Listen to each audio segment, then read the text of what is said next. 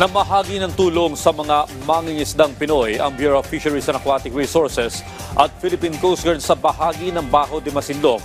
Ito ay sa kabila ng mga namatang Chinese vessel sa lugar. Yan ang ulat ni Rod Dagusan.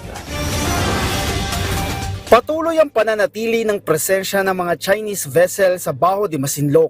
Ito'y kasabay na rin ng isinagawang pamamahagi ng tulong ng pamahalaan sa mga mangingisda sa lugar.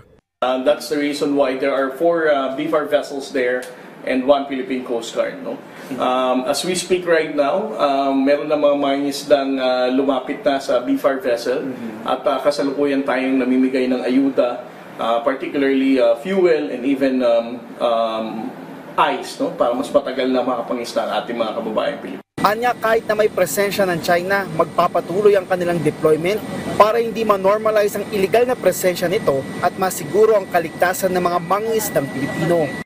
Kasalukuyan nagsasagawa ng Maritime Domain Awareness Flight ang Bureau of Fisheries and Aquatic Resources dito sa may bahagi ng Bajo de Masinloc o Scarborough Shoal na bahagi ng Exclusive Economic Zone ng Pilipinas. Sa pagpunta natin dito ay may mga Chinese vessels na tayong na-obserbahan, kabilang na dito yung Chinese Coast Guard at Chinese Navy.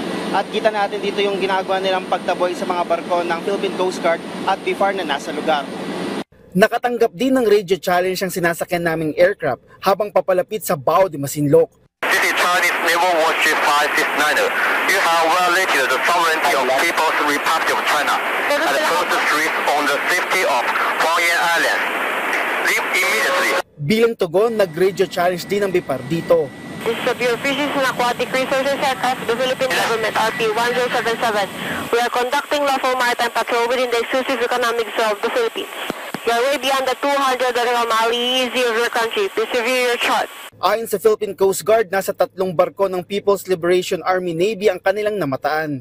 We were able to monitor 2 destroyer-class PLA Navy, and the other one, ito pa rin yung replenishment vessel na nakita natin for so many weeks already. And there are also 6 China Coast Guard vessels. Kung makikita natin yung deployment ng 6 na China Coast Guard na to, naka-preposition sila sa eastern seaboard ng eastern part ng Bajo de Masinloc, seemingly blocking the path of the 4 BFAR vessels. Wala naman silang na-monitor na aircraft sa bahagi ng China, kaiba sa una ng mga MDA na kanilang isinagawa.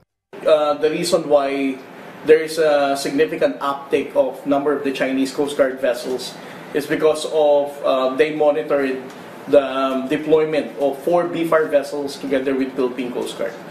Every time na meron tayong deployment from BFAR and the Philippine Coast Guard, nire-reinforce ng Chinese Coast Guard ang bilang nila.